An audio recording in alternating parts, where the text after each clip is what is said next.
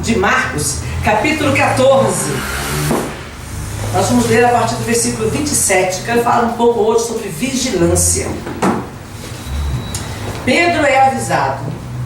E disse-lhe Jesus: todos vós, esta noite, vos escandalizareis em mim, porque escrito está: ferirei o pastor e as ovelhas se dispersarão. Mas depois que eu houver ressuscitado, irei diante de vós para a Galileia. E disse-lhe Pedro: ainda que todos se escandalizem, nunca porém eu. E disse-lhe Jesus: em verdade te digo que hoje, nesta noite, antes que o galo cante 2 vezes, 3 vezes me negarás. Mas ele disse com mais veemência: ainda que me seja necessário morrer contigo, de modo nenhum te negarei. E da mesma maneira diziam todos também. Oh Deus eterno, nos dá entendimento da tua palavra, Pai. Pedro foi avisar o Senhor, mas na sua arrogância, na sua prepotência, ao invés de vigiar, o Pai, ele quis se fortalecer com palavras, quis se justificar. Que nesta noite, Pai, nós possamos estar um pouco mais atentos à Tua Palavra, para que ela penetre os nossos corações e nos sirva de alerta diário. Em nome de Jesus Cristo, nos dá o Teu Espírito Santo, para que nós venhamos compreender os Teus alertas para a nossa vida, os Teus avisos, em nome de Jesus. Amém? Os irmãos podem sentar?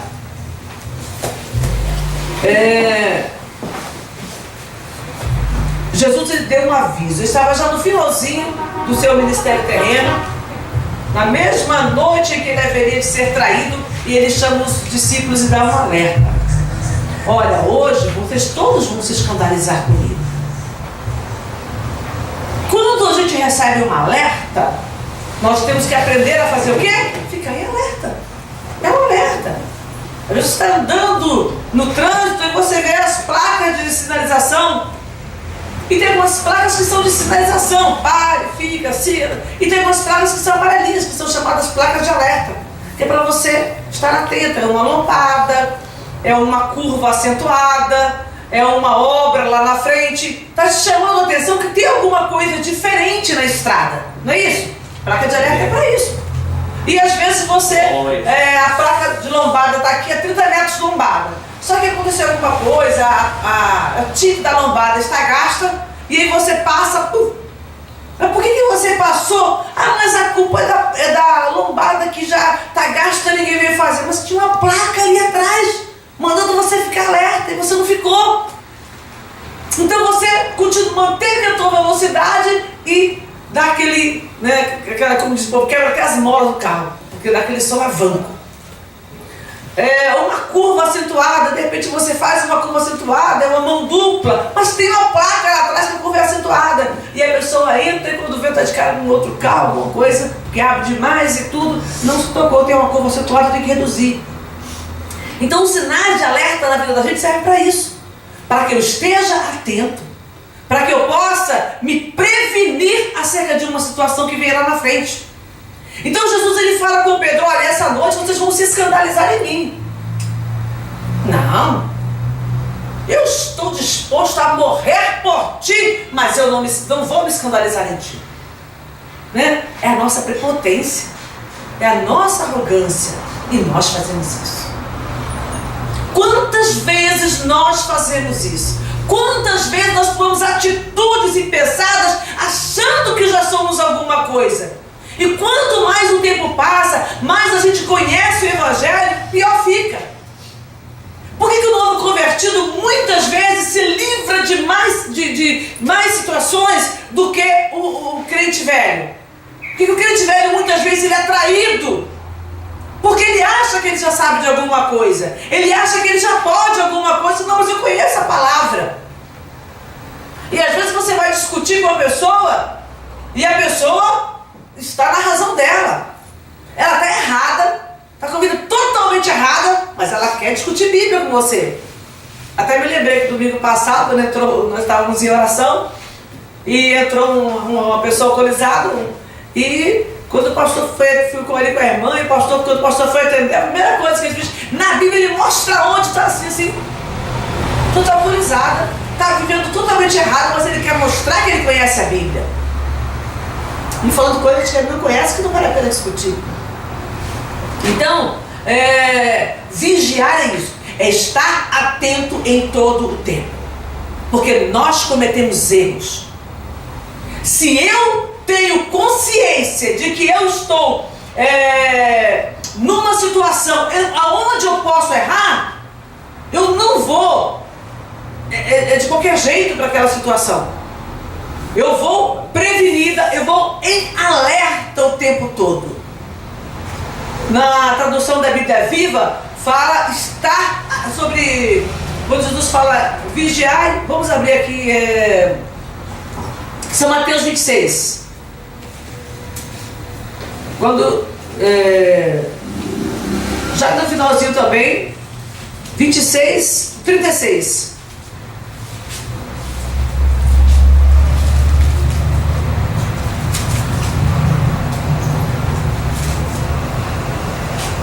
Jesus, ele diz: então chegou Jesus com eles a um lugar chamado Getsêmani e disse aos seus discípulos: assentai-vos aqui, enquanto eu vou além orar.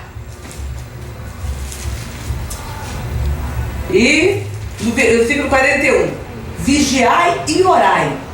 Na Bíblia Viva está escrito: ficai atentos e vigiai. Então vigiai, ficai atentos e orai. Então vigiar é você ficar atento em todo o tempo, para que não entreis em tentação. Na verdade, o espírito está pronto, mas a carne é fraca. Então, eu posso pensar que eu estou pronto porque eu estou com o meu espírito ligado nas coisas de Deus. O fato, e isso é importante você entender, o fato de uma pessoa cair em pecado num determinado momento, ou simplesmente errar numa determinada situação, não quer dizer que ela não seja uma pessoa espiritual. Pessoas espirituais também podem cair. Basta não estar atento. Basta não estar ligado. Basta não estar vigiando. Tem muita gente que você olha e fala: mas fulano, não acredito que fulano fez isso. Mas ele simplesmente não vigiou. Muitas vezes se deixa envolver nas situações. No Salmo de número 1 está escrito: bem-aventurado aquele que não se assenta no caminho dos pecadores. Não se assenta. Quando eu me assento no caminho de pessoas que estão vivendo uma vida de pecado, de erro, e eu começo a conviver, assentar-se é isso. Porque você vai passar por todo mundo na vida, de um modo geral, você passa pelas pessoas. Você convive de forma rotineira, lidando com as pessoas. Mas quando a Bíblia fala sobre assentar-se, é você parar para ter comunhão. Você se assenta com quem você tem comunhão. É claro que esse é esse momento que você precisa de um trabalho, no estudo, você está junto com um grupo. Mas o assentar-se para ter, aqui no Salmo 1 está se referindo a assentar-se para ter comunhão. Então é bem-aventurado aquele que não se assenta na roda dos escarnecedores, não se detém no caminho dos pecadores. Por quê? Eu acabo começando a achar aquilo normal. Se você convive com muitas pessoas que cometem um determinado tipo de erro, você começa a achar aquilo normal. De repente você vai perdendo a tua consciência de certo e de errado. Qual é a diferença quando a gente entra na igreja? Eu começo a ver atitudes. Eu falo sempre para as pessoas: quando eu me converti, não foi preciso ninguém falar nada para mim sobre doutrinas de igreja. Por quê? Eu já me converti com 24 anos, eu não era nenhuma criança. E eu me lembro que eu observava na igreja o que as pessoas faziam, eu já tinha uma noção de evangelho, já tinha feito várias visitas. Mas quando eu me converti, eu comecei a observar. Eu falei: eu quero ser cristão, quero viver a vida de acordo com o evangelho. Então eu vou observar quem está na minha frente. E eu observava como as pessoas andavam. Na minha época não se usava calça comprida na igreja, só 33 anos atrás. Não se usava calça comprida na igreja, não na igreja que eu me converti, não na socorrista. Eu observava dentro da igreja, eu via não tem ninguém de calça. Então, no dia que eu saí do trabalho para a igreja, eu já comecei a evitar a calça comprida, pelo menos na igreja, no princípio, até eu trocar, comprar roupa. Eu falei: não vou. Aí eu comecei a observar que as pessoas se maquiavam, usavam, mas de uma maneira mais moderada. Então vamos começar a usar de uma maneira mais moderada. Eu comecei a observar, só por aquilo que eu observava. Na linguagem, quando a gente se reunia com os jovens, eu observava a linguagem que era feita. tinha reunião de jovens todos os sábados. E eu comecei a observar a linguagem. Era uma linguagem diferente da linguagem que eu estava acostumada. Ainda que eu não era de falar palavrão, não gostava, mas eu usava muita gíria. Carioca, né? Você fala, tem o hábito de falar muita gíria. E eu falava muita gíria. E eu comecei a observar a linguagem, era diferente. E aí eu comecei a procurar mudar a minha linguagem. Os assuntos eram diferentes. Domingo a gente tinha consagração de manhã, tinha escola bíblica e tinha culto. Terminava o culto, às vezes eu ficava na igreja, porque eu morava longe, tinha que pegar ônibus. Às vezes eu ficava na igreja o dia inteiro. Eu ia com meu irmão, a gente comia alguma coisa na rua, e à tarde ficava lá reunido com alguns jovens que moravam longe também, ficavam na igreja. Às vezes a gente fazia evangelismo de rua, quando tinha algum grupo já mais antigo que ia fazer evangelismo, a gente ia junto, senão a gente ficava lá. A gente lia a Bíblia, a gente louvava, a gente conversava sobre as coisas de Deus. E era maravilhoso, porque eu comecei a prestar atenção com quem eu andava. E eu comecei a mudar a minha conduta de acordo com a conduta que eu via, que era a conduta de pessoas que estavam vivendo no temor de Deus. E eu comecei a vigiar dentro da própria igreja com quem eu me relacionava. Quais eram as pessoas com as quais eu me relacionava, para que também eu não viesse a viver na vida de pecado. E é assim, e tem que ser assim na vida do cristão. Você tem que observar com quem você se relaciona, mesmo na família. Não que você vá deixar as pessoas de lado, mas espera aí, eu tenho que estar atenta na minha vida, porque se eu não estiver atenta, Jesus fala, o espírito está pronto, mas a tua carne é fraca. Nós somos induzíveis, com muita facilidade. Você se deixa levar com muita facilidade e você não percebe.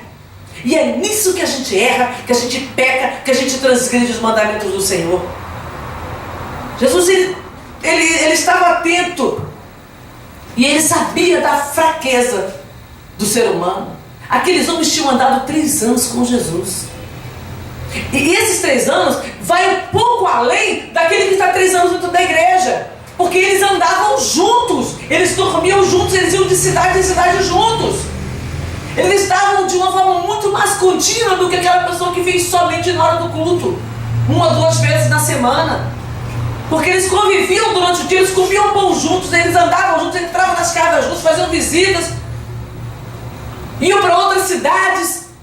Então eles tinham muito mais tempo de comunhão em 3 anos do que muita gente tem em 10 anos dentro da igreja, andando com o próprio Senhor Jesus.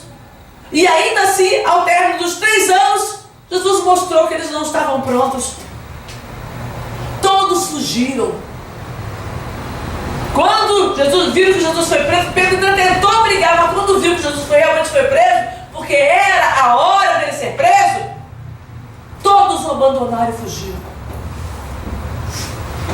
Então, isso tem que servir de alerta para mim, tem que servir de alerta para você. Não fique achando que você já é alguma coisa porque você conhece versículos da Bíblia. Eu já li a Bíblia toda, não sei quantas vezes. Glória a Deus por isso. Mais um motivo para você estar atento, porque você sabe como que o diabo arma ciladas. Abra em Gênesis para você ver.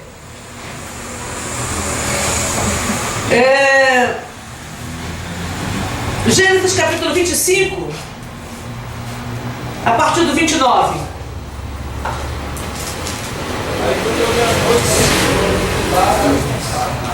Vamos ver um pouquinho da história de Esaú.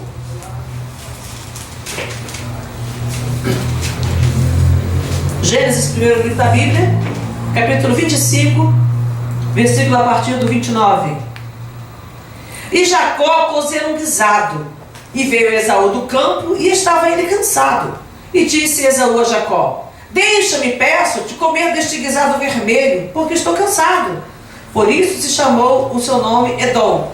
Então disse Jacó: vende-me hoje a tua primogenitura. E disse Esaú: eis que estou a ponto de morrer, e para que me servirá logo a minha primogenitura? Então disse Jacó: jura-me hoje. E jurou-lhe, e vendeu a sua primogenitura a Jacó. E Jacó deu o pão a Esaú e o guisado das lentilhas. E ele comeu e bebeu, levantou-se e foi-se. Assim desprezou Esaú a sua primogenitura. Segundo a tradição, né, judaica, aquilo que Deus já estava começando a fazer, antes ainda da nação se formar na nação de Israel, Deus tinha uma bênção para o primogênito. Esaú sabia que ele tinha direito a essa primogenitura, mas no momento que ele estava com fome, o olho dele cresceu em cima da comida. Me lembra tantas crianças que ficam na rua por aí, e a mãe está lá, me dá para o meu filho aí, porque ele está ele está com vontade. A Bíblia fala para você não cobiçar as coisas dos outros, é mandamento de Deus. E tem mãe que está ensinando o filho a cobiçar. Mas ele não pode passar vontade, senão ele fica doente. Vigia nisso aí, ora. Quem tem filho, quem vai ter, aqueles jovens aí, esteja atento sobre isso, que a palavra fala para não cobiçar. Vou até dar uma pausazinha aqui, rápida sobre esse assunto. Eu me lembro que uma vez eu estava com a Paula, ela era pequena, eu estava com ela na rua e eu estava de frente com uma loja de sucos. Estou desse testemunho aqui, de frente a uma loja de sucos, tinha aquelas máquinas de suco de laranja. E eu olhei, ia comprar e eu falei, não, se meu ônibus vier, eu vou perder o ônibus, estou atrasada. Eu tinha ido, não sei se fazer um culto, eu não lembro o que foi. E aí eu olhei e falei, vou embora. Aí nisso uma mulher comprou, começou a beber, aí eu olhei para ela e falei, dá aqui, na garrafinha. Eu falei, não vou. Você quer a pessoa, vou dar suco da boca de outra pessoa para criança? Não faço isso. Aí eu falei, não precisa não, eu já vou pegar o ônibus já. Não, mas ela vai passar vontade. Eu falei, não, minha filha não vai passar vontade. Se passar vontade, como diz o ditado, vontade é uma coisa que dá e passa. Depois eu chego em casa, faço o suco, não tem problema. Ou se eu não tiver, quando eu tiver eu vou lá e compro. Falamos aqui. Não vai passar vontade, porque eu não aceito isso. Está fora do contexto bíblico. A Bíblia diz que você não deve cobiçar. E se uma mãe ensina que a criança tem que ter tudo que ela quer ter, a criança não vai ter limite. Não é uma coisa que a criança está com fome. É diferente. Se eu estou no lugar e a criança está com fome, eu vou dar. Se meus filhos estão comendo alguma coisa perto de uma criança, não tem problema nenhum. Toma de vídeo aqui como já deram também. Mas eu não vou tirar coisa da boca de ninguém para dar para outra, para poder ela não passar vontade dele. Não, aí já é demais. Eu não sou contra você oferecer uma coisa para uma criança, oferecer uma bala, um bombom, um chocolate, sei lá. Você está comendo alguma coisa? Às vezes a criança estava na rua, era pequena, estava comendo salgadinho, tinha alguém com a criança perto, eu dava um pouquinho para ele, ou ele dava de volta. Normal. Eu não vejo maldade nisso. Ainda que a gente tem que estar sempre vigiando, mas eu não vejo maldade. Agora, tirar coisa da boca, porque o outro não pode ficar sem, aí devagar, né, gente? Vamos prestar atenção, vamos ficar atento. Então Esaú parece ser uma criança animada. Foi isso que ele fez, não? Eu sou... Gente, Isaac era um homem rico. Isaac era um homem rico, ele era um homem próspero. Ele herdou do seu pai Abraão e ele mesmo ainda construiu fortuna. Então Isaac tinha dinheiro, tinha recursos, tinha servos, tinha servas. Estou com fome, Esaú chegou da casa, estou com fome. Vai na casa da mãe, vai em uma das suas servas, pega alguma coisa, come. Com certeza tinha comida em casa. Tá? Não dá para você imaginar um homem próspero, que tinha gados, que tinha um monte de servos, e de repente o rapaz, estou a ponto de morrer de fome. Não, ele cobiçou o guisado do irmão e acabou. Vamos parar de enrolar a conversa. Ele cobiçou o guisado, estava cheiroso. Jacó sabia cozinhar bem também. Todos eles sabiam cozinhar. O próprio Esaú sabia cozinhar e bem. Tanto que o pai dele, quando estava para morrer, mandou ele fazer para ele. Então ele sabia cozinhar bem. Até porque os homens tinham que saber, eles viajavam para caçar, para cuidar de rebanho, ficavam longe de casa, mas tinham que saber cozinhar. E aí ele viu o guisado e falou, eu quero. Me dá um pouco desse guisado. Aí eu não dou não, eu vendo. Por que me serve a primogenitura? Ele tinha um compromisso de bênção. Ele tinha um direito a uma bênção especial do seu pai. Mas naquele momento a bênção para ele não teve valor. Ele queria um guisado. Cobiça, por isso que eu digo, toma cuidado. Cobiça. Né? Inveja do que o outro tem. Desejo de possuir o que o outro tem. Isso é maligno. E Esaú não vigiou, não esteve atento. Lá na frente ele ficou indignado. Aquele não vendeu? E diz a palavra que ele desprezou o direito da primogenitura. Não foi só Jacó que enganou. Jacó também errou. Mas ele desprezou. É o que está escrito na palavra, no finalzinho do 34. Assim desprezou Esaú a sua primogenitura. Capítulo 27. Passa só um pouquinho. No versículo 36. 27 e 36. Quando Isaac fala para Esaú que Jacó com sutileza tinha tomado a bênção. Então disse ele: não foi o seu nome justamente chamado Jacó? Por isso que já 2 vezes me enganou. A minha primogenitura me tomou, e esse que agora me tomou a minha bênção. Ele tomou a primogenitura ou ele vendeu? Porque ele queria a comida do irmão. Ele vendeu. Ele desprezou aquilo que ele tinha, mas na hora ele não estava ligado nisso. Aí depois ele, com sutileza, ele tomou lá a bênção também, na hora do pai, porque ele tinha já. O irmão não tinha vendido para ele a bênção da primogenitura? Não tinha vendido direito? Agora Jacó sabia que o irmão não ia dar a ele o direito. Sabia que ele ia deixar o pai abençoado no lugar, ainda que ele tinha vendido a bênção. Agora ele queria que o pai o abençoasse com a bênção que o primogênito tinha direito. E aí ele deu outra voltinha também. Ele vai sofrer com isso mais tarde, mas o Esaú também sofreu, tá? Porque o Jacó errou porque a bênção já era dentro do ventre, e ele quis fazer do jeito dele. Deus teve misericórdia, porque Deus tinha uma bênção para ele, mas ele teve que sofrer 20 anos longe da família, longe da mãe que ele amava, longe do pai, por causa disso. Então, o Esaú. Jacó sofreu 20 anos longe dos pais, né? E Esaú também sofreu, porque ele teve que viver da espada, viveu com ódio no coração. Todos nós viveram 20 anos de um sofrimento por causa de falta de vigilância, falta de temor de Deus, falta de compreender que Deus tem os planos dele, que eu não preciso dar o meu jeitinho, eu não preciso dar a minha voltinha, e que eu tenho que estar ligado assim nas bênçãos que Deus preparou para a minha vida. Se Deus manda eu vigiar, eu tenho que vigiar, eu tenho que estar atento. Não fica de brincadeira não. Não brinca com o diabo. Não brinca. Porque tem gente brincando com o diabo. E todos nós precisamos estar ligados o tempo inteiro nas coisas de Deus. Vigiar, estar atento. Estar lembrando das coisas de Deus. Estar o mais focado nas coisas de Deus. Por mais informações que você tenha o dia inteiro, que você receba o dia inteiro, separe um tempo todos os dias para meditar na coisa da palavra de Deus. Separe um tempo. Eu já falei isso e eu vou repetir. Quantas vezes se fizer necessário. Nós não temos hoje desculpas para não nos ligarmos nas coisas de Deus. Você pode sim estar ligado, é um louvor, é uma palavra que você ouve. Eu não tenho tempo, eu leio mal, eu demoro a ler, eu não tenho paciência para ler. Escuta! Tem mensagem na internet, tem Bíblia em áudio, tem CDs de áudio, de Bíblia, de mensagens. Vai ouvir a palavra, louvores, vai ouvir. Se liga nas coisas de Deus, porque o mundo não está brincando. Quando minhas filhas eram pequenas, que eu fazia fogo, vai para a igreja, não quero ir hoje, o irmão está falando, falta, ciclano falta, porque eu não posso faltar, porque você é minha filha. E eu vou falar uma coisa para vocês, eu falei isso para as 3 por diversas vezes.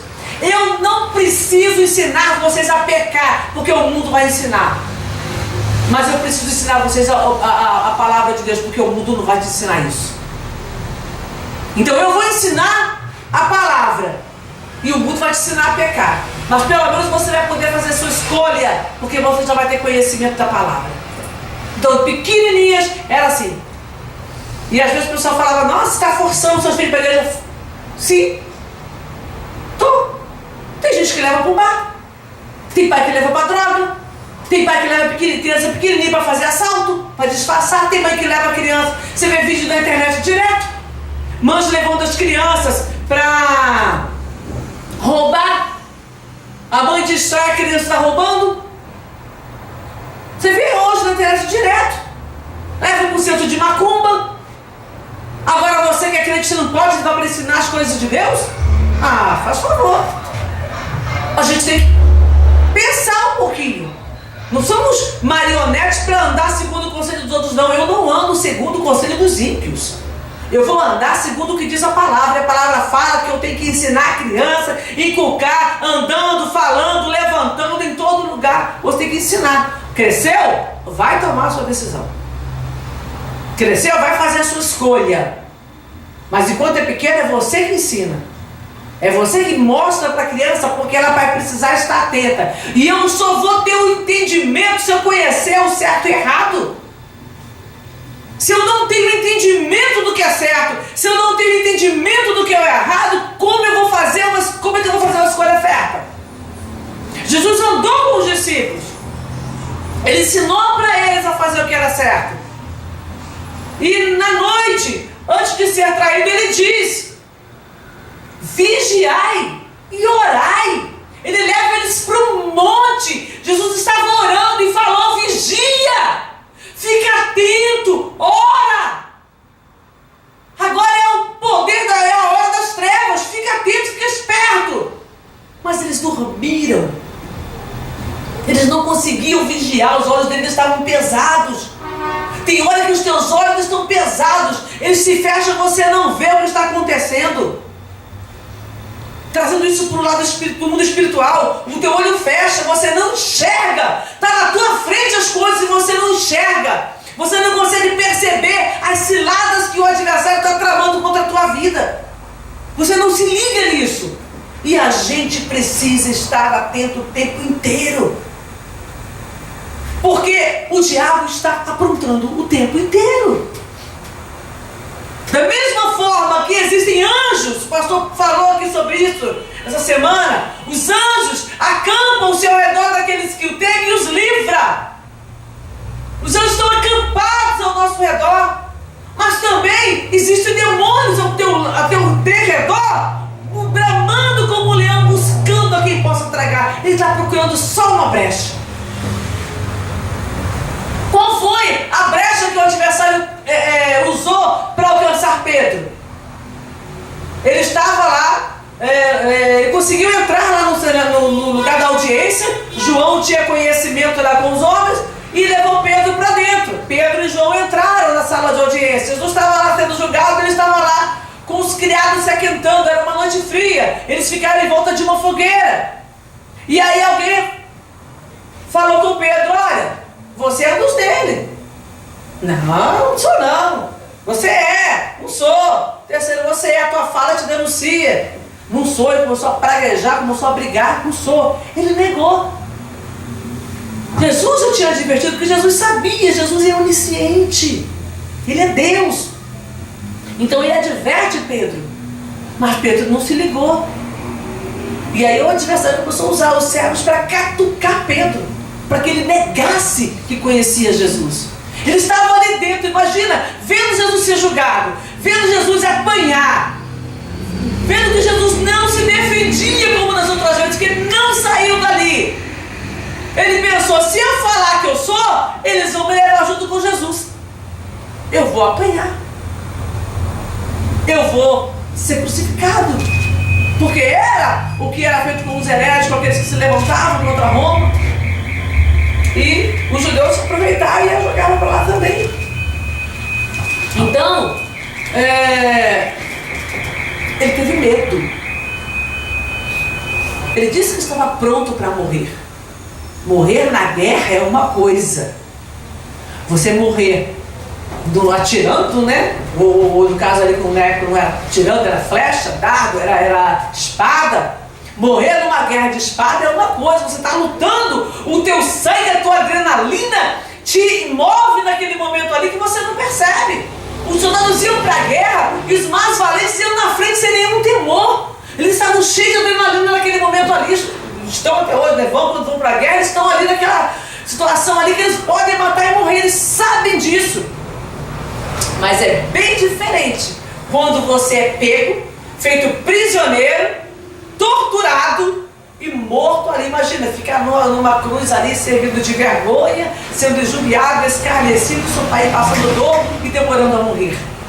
Aí é diferente.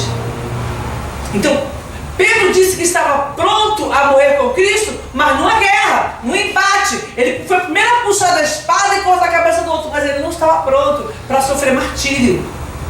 Não naquele momento. Lá na frente, segundo a tradição dos judaica, dos padres, sei lá, fala que Pedro morreu crucificado de cabeça para baixo. Não tem isso registrado, tradição oral, que foi passada depois. Então depois ele estava pronto, mas naquele primeiro momento ele não estava não. E depois ele foi torturado também, ele foi levado, ele apanhou, ele foi preso por amor ao evangelho, ele estava pronto, mas naquele primeiro momento ele não estava, e por isso ele foi advertido. Você não sabe até que ponto a tua fé suporta. Essa é a verdade. Então esteja ligado o tempo todo, esteja sempre atento, porque você não sabe. Você não sabe até onde você pode suportar. Um dia, eu estava recém-casada, meu tio, o pastor Pedro, esteve aqui conosco em casa, e a gente conversando acerca das coisas de Deus, acerca do final dos tempos, né, e falando sobre tortura, sobre as coisas que podem acontecer. Eu falei para ele assim, tanta cheia de, né? Olha, que não é tão novinha convertida não, já devia ter meus 8 anos de crente. E eu falei assim, não, eu imagino que eu vou negar Jesus. Não vai negar Jesus. Se tiver que acontecer alguma coisa, eu não vou negar Jesus. Eu morro, mas eu não nego Jesus. E aí ele falou, olhou pra minha cara, sorriu e falou assim, você não sabe. Você nunca passou por uma situação dessas. Como é que você pode dizer? Às vezes a gente fala, não, eu estou pronto. Você não sabe se está pronto até você viver aquele momento. Às vezes você pensa que está pronto e não está. Então, tem que tomar cuidado. Temos que estar atentos em todo o tempo. Temos que estar vigiando, como diz lá em São Mateus. Vamos botar lá, Mateus 26.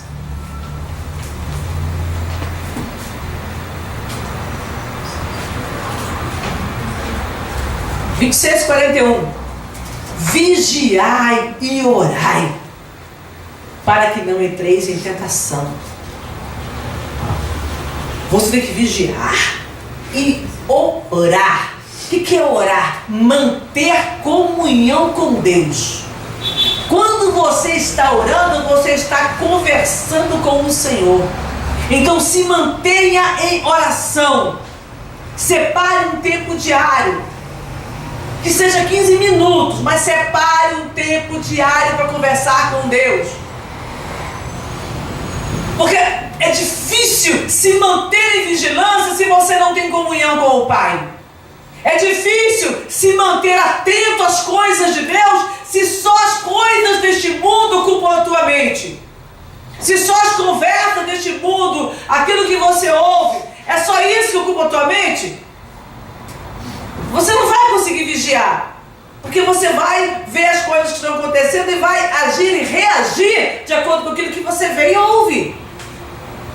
Então, se você não tem comunhão com Deus, você vai ouvir e reagir de acordo com aquilo que você ouve das pessoas. Eu sou crente, mas eu não sou bobo. Olha, pessoa que fala isso geralmente tá? Se liga nisso.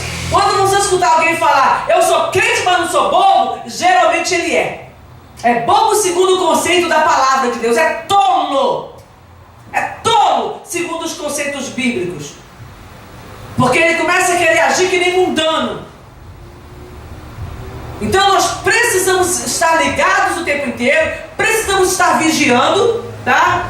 Para que nós não venhamos cair em tentação. Porque o tentador está aí o tempo inteiro para perturbar. Mas nós somos servos do Deus vivo. Vamos nos manter em vigilância, vamos nos manter em oração. Amém?